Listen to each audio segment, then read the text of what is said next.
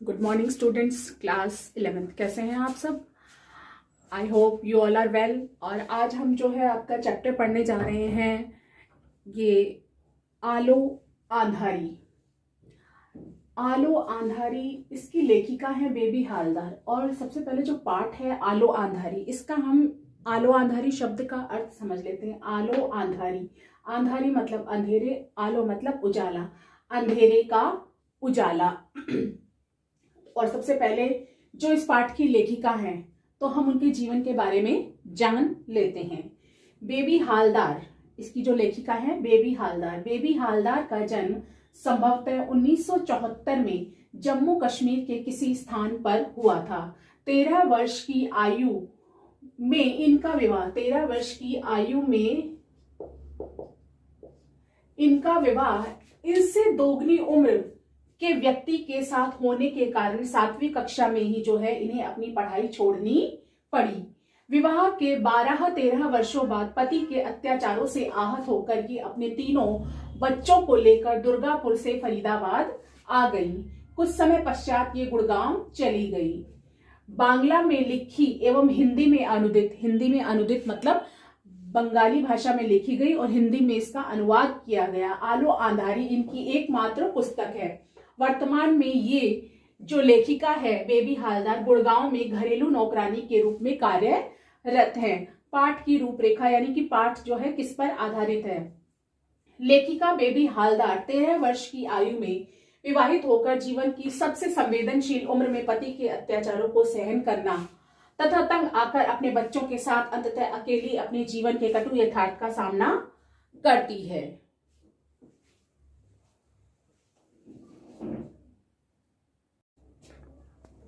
पाठ का सार जो है हम निम्नलिखित बिंदुओं पर आधारित देखेंगे। पहला है लेखिका की पारिवारिक चिंताएं। दूसरा है आस पड़ोस के लोगों द्वारा तरह तरह की बातें बनाना। तीसरा है लेखिका को काम मिलना। चौथा है लेखिका द्वारा घर बदलना। पांचवा, लेखिका के प्रति कोठी के मालिक तातुश की आत्मीयता। तातुश द्वारा लेखिका को लेखन के लिए प्रोत्साहित करना। सातवां है लेखिका का बेघर होना। आठवां है तातुश द्वारा लेखिका को आश्रय देना। फिर है तातुश व उनके मित्रों द्वारा लेखिका को निरंतर लिखते रहने की सलाह देना। लेखिका को अपनी मां के निधन की सूचना मिलना। 11वां है लेखिका के लेखन की लोकप्रियता बढ़ना। 12वां है आलो आंधारी का अस्तित्व में आना। तो सबसे पहला बिंदु जो है लेखिका की पारिवारिक चिंताएं। लेखिका जब अपने पति से अलग रहती थी तो 3 छोटे बच्चों के साथ वो एक किराए के छोटे से कमरे में रहती थी, जहां पर वह अपने 3 बच्चों के साथ रहती थी। और हमेशा उसे यही बात सताती रहती थी कि कैसे तो वो घर का किराया देगी, कैसे खाने का इंतजाम करेगी और कैसे वो अपने बच्चे पालेगी।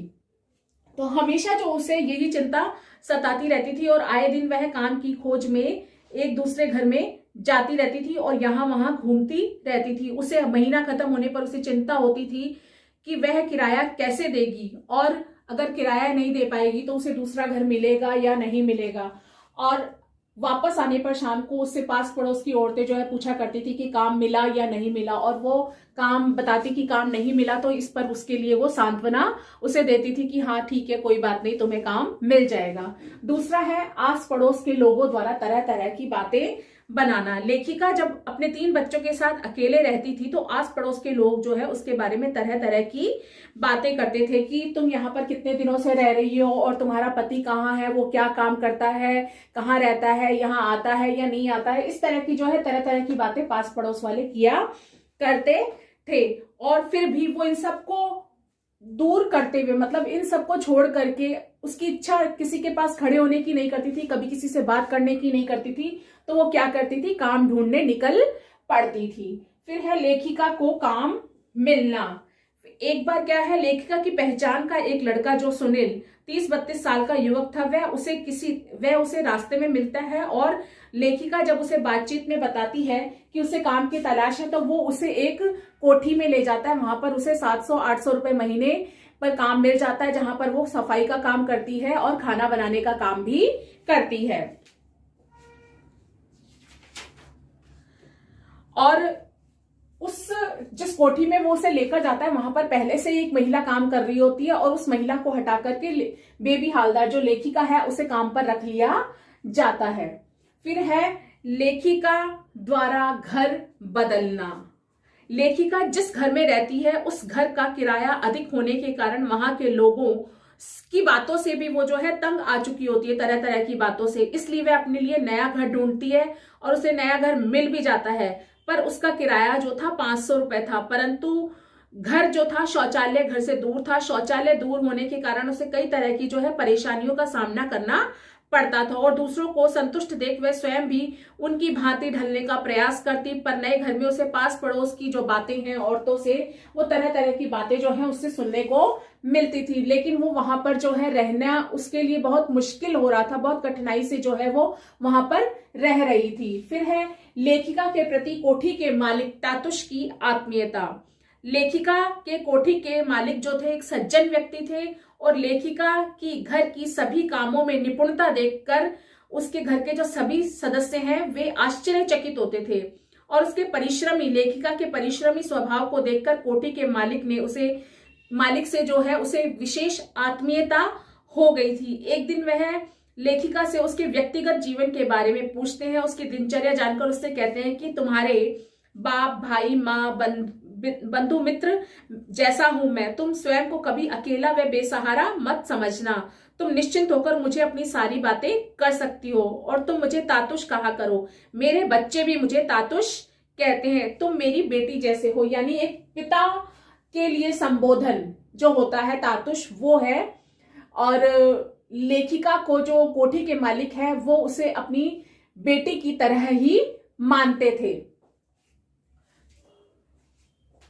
और उसे मालिक जो है लेखिका को बेबी कहते थे। तब से कोठी के मालिक को वह तातुश कहने लगी थी। कोठी के मालिक के साथ घर में सभी सदस्यों द्वारा उसके साथ आदर व सम्मान के साथ व्यवहार किया जाता था। अब है तातुश द्वारा लेखिका को लेखन के लिए प्रोत्साहित करना, यानी कि उसे लिखने के लिए प्रोत्साहित करना। जो है एक दिन लेखिका अपने कमरे में सफाई कर रही थी, डस्टिंग कर रही थी उस कमरे में जिसमें ढेर सारी किताबें अलमारी में रखी थी। उन किताबों में से एक किताब बांग्ला भाषा की थी जिसे निकालकर वह उलट पुलट कर देखने लगती है और तभी जो है तातुश वहां आ जाते हैं और वह पूछने पर बताती है कि वह 6ठी 7वीं तक पढ़ी है। तातुश लेखिका के पढ़ने संबंधी शौक को जानकर उसे तस्लीमा नसरीन की किताब, एक कॉपी और पेन देते हैं। फिर उसे पढ़ना लिखना आरंभ करने के लिए प्रोत्साहित करते हैं। लेकिन काम की अधिकता के कारण यह सब जो है मुश्किल था, परंतु फिर भी तातुश उसे प्रोत्साहित करते हैं और उनके प्रोत्साहन के अनुसार उनको दी गई कॉपी, किताब और पेन घर लाकर अपने जीवन की घटनाओं और यादों को प्रतिदिन थोड़ा थोड़ा लिखना आरंभ कर देती है और धीरे धीरे जो है उसकी आदत में बदल जाता है। लेखिका जो है काम से समय नहीं निकाल पाती, लेकिन तातुश जो है उसे प्रोत्साहित करते हैं लिखने के लिए और घर आकर जो है वो अपनी दिन भर की जो बातें हैं, यादें हैं, वो उन्हें लिखती है और इस तरह से जो है वो सब जो है उसकी आदत में शुमार हो जाता है। अब है लेखिका का बेघर होना, यानी जब लेखिका बेघर हो जाती है। लेखिका का अकेले अपने 3 बच्चों के साथ रहना समाज के लोगों को जो है अखरता था। वहां के लोग उसे जो है अभद्र व्यवहार किया करते थे। लेखिका निडरता एवं संयम बनाते हुए उन सबके दुर्व्यवहार को सहकर आगे निकल जाती। लेकिन जहां वह रहती थी उस दिन मकान मालिक का बेटा आकर उसके घर बैठ जाता और वहां से जाने का नाम नहीं लेता। लेखिका उसके आंतरिक तुच्छ विचारों को भली भांति जानती है, इसलिए वह मनी मन उस घर को भी जल्दी से जल्दी खाली करने का निर्णय लेती है। एक दिन जब वह काम से लौटती है तो उसके बच्चे रोते हैं हुए मिलते हैं और घर जो है टूट जाता है और सारा सामान बाहर बिखरा हुआ दिखाई देता है। यह सब देखकर वह रोने लगती है। लेखिका के घर के अतिरिक्त और भी घरों को तोड़ा गया था, परंतु उनके घरों में कोई ना कोई व्यक्ति जो है मर्द था, इसलिए सामान इकट्ठा करके नए घर की तलाश में निकल गए। अब लेखिका के लिए जो था कि नया घर ढूंढना मुश्किल था, जबकि वह अकेली तो थी, इतनी जल्दी नया घर मिलना मुश्किल था। इन सब कारणों के चलते लेखिका पूरी रात खुले आसमान के नीचे अपने बच्चों के साथ बिताती है और दुख में उस लेखिका के दुख की उसके दोनों भाइयों के आसपास ही रहते हैं, लेकिन लेखिका के बेघर होने का उन्हें मालूम था, लेकिन वे उसकी सहायता के लिए नहीं आते हैं।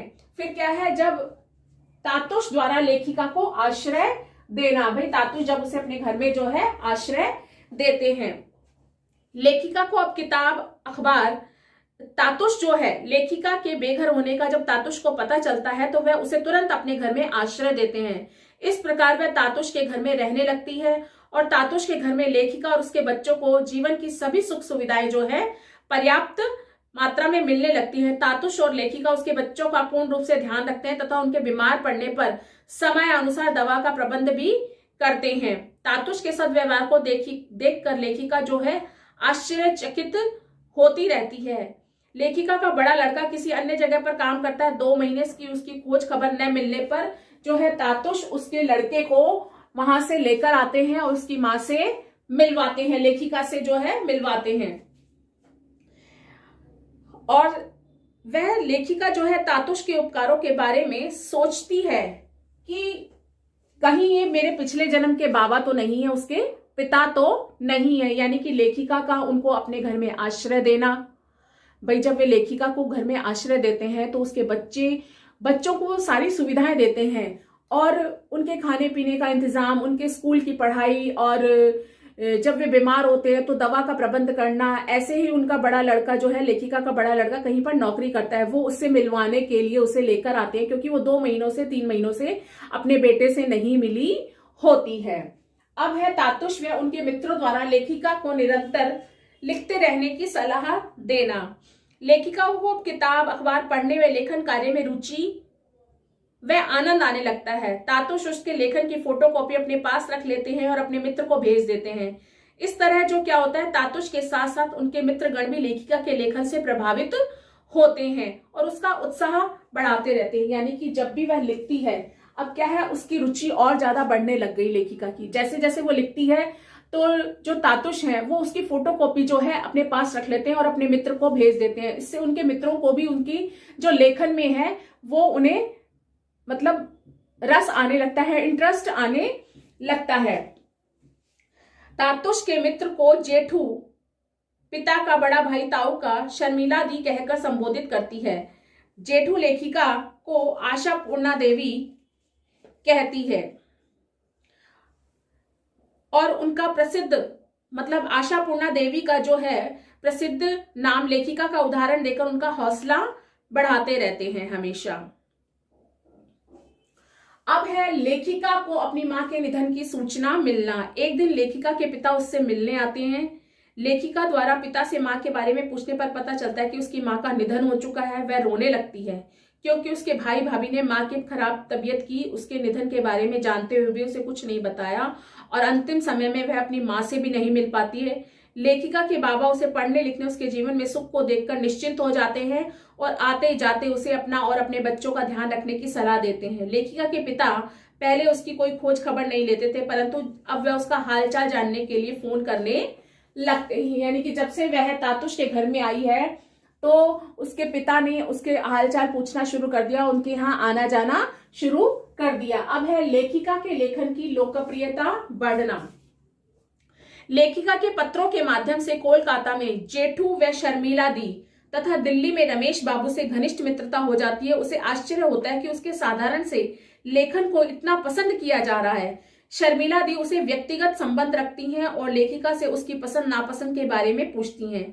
लेखिका सोचती है कि यदि तातुश उसे न मिले होते तो ये जीवन उसे कहाँ मिलता, उसके लेखन को इतनी लोकप्रियता कहाँ से मिल पाती। इसलिए वह मन ही मन जो है तातुश का धन्यवाद भी करती कि अगर तातुश उसके जीवन में नहीं आते, उसे नहीं मिले होते तो वह इतना लेखन कार्य कैसे कर पाती और जीवन में इतनी लोकप्रियता कैसे हासिल कर पाती, ऐसा जीवन वो कैसे जी पाती। अब है आलो आंधारी का अस्तित्व में आना। जो लेखिका बेबी हालदार ने जो किताब लिखी, जो पाठ का आलो आंधारी, वह अस्तित्व में कैसे आई, यानी कि लोगों के सामने वह कैसे आई। लेखिका का जो जीवन है तातुश के घर में आकर बिल्कुल बदल जाता है तथा उसे जीवन में नई दिशा मिल गई थी। अब उसका बड़ा लड़का उसके पास ही है और दूसरे घर में जो है काम पर लग चुका था। दोनों छोटे बच्चे स्कूल जाने लगते थे तथा लेखिका स्वयं भी लेखिका बन गई थी। पहले उसे लगता था कि वह अकेले संसार में स्वयं के अस्तित्व को कैसे बना पाएगी, परंतु तातुश व उनके मित्रों के प्रोत्साहन से वह अपने जीवन की जटिलता का सामना करने में सक्षम हो जाती है। अंततः वह दिन भी आ जाता है जब उसके लेखन कला को एक पत्रिका में स्थान प्राप्त होता है। लेखिका में उसकी रचना को आलो आंधारी बेबी हालदार शीर्षक से छापा जाता है। अपने लेखन को पत्रिका में छपा देखकर अत्यंत प्रसन्न होती है और तातुश के प्रति उसके मन में कृतज्ञता से भर जाता है, जिसके फलस्वरूप वह तातुश के पैर छूकर उनसे आशीर्वाद लेती है। यानी कि अब लेखिका जब आई थी तो शुरू में उसे लगता था कि पता नहीं वो क्या करेगी, कैसे होगा, लेकिन जैसे ही उसकी जो कहानी का जब अखबार में प्रकाशित होती है तो वह खुश हो जाती है और मन ही मन जो है कृतज्ञता प्रकट करते हुए तातुश को धन्यवाद करती है और उनके पैर छूकर जो है उनसे आशीर्वाद लेती है। लेखिका जो है इस कहानी के माध्यम से बेबी हालदार ने समाज में फैली उस विकृति को सामने लाने का साहस किया है जिसके अंतर्गत समाज में अकेले रहकर अपने बच्चों का पालन पोषण करने वाली स्त्री को अच्छी नजरों से नहीं देखा जाता है। उसे अनेक प्रकार की बुरी बातें सुननी पड़ती हैं। लोग ऐसी स्त्री की मदद करना तो दूर, उसके मार्ग में कई प्रकार की समस्याएं उत्पन्न करने से भी नहीं हिचकिचाते। बेबी हालदार ने भी पति के बिना रहने वाली अकेली स्त्री के दर्द को भोगा है, जीवन में अनेक प्रकार के अभावों तथा कष्टों का सामना किया है। उन्होंने व्यक्तिगत समस्याओं के साथ साथ सामाजिक समस्याओं का भी सामना किया है। धन्यवाद।